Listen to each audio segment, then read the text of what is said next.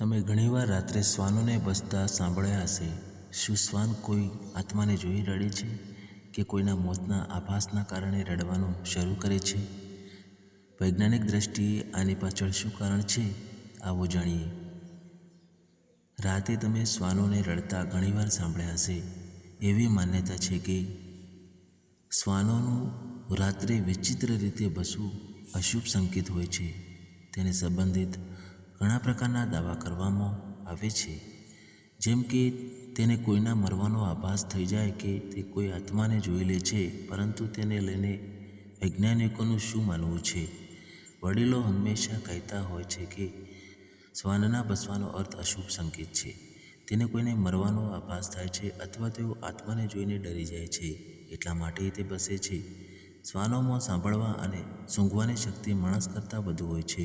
એવામાં લોકો તેને પર વિશ્વાસ પણ કરી લે છે, પરંતુ વૈજ્ઞાનિકોના વિચારો અલગ છે. શેરીમાં શ્વાનો પોતાના ઉપસ્થિત દર્શાવવા અને પોતાના વિસ્તારનું રક્ષણ કરવા માટે બસતા હોય છે. પછીને જે શ્વાનો ખોવાયેલા સાથીદારોને પોતાની પાસે બોલાવે છે, એટલે કે તેના વાતચીત અને સંદેશ મોકલવાની એક રીત છે. અન્ય શ્વાન સાથે લડાઈ દરમિયાન પણ જ્યારે તેની મદદની જરૂર હોય છે, તો તે પોતાના સાથીઓને ભસીને બોલાવે છે. શ્વાનો સામાજિક પ્રાણી છે. તે માણસ પર નિર્ભર રહે છે. એવામાં જ્યારે તે રાત્રે એકલા પડી જાય કે ભૂખ્યા હોય તો તે વિચિત્ર અવાજો કાઢે છે, જેને આપણે રડવું કહીએ છીએ.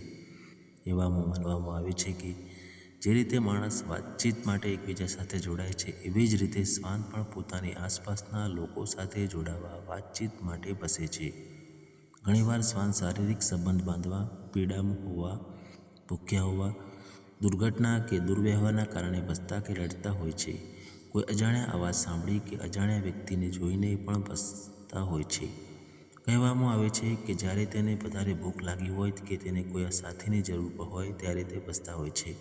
શ્વાનોના રડવાનું અશુભ માનીને લોકો તેની જિંદગીમાં વધુ મુશ્કેલીઓ ઊભી કરી દે છે. તેને તમે ખોરાક આપીને કે આશરો આપીને તેને રડતા અટકાવી શકો છો. માહિતી સારી લાગી હોય તો ચેનલને સબસ્ક્રાઈબ જરૂરથી કરજો. ધન્યવાદ. આપનો દિવસ શુભ રહે.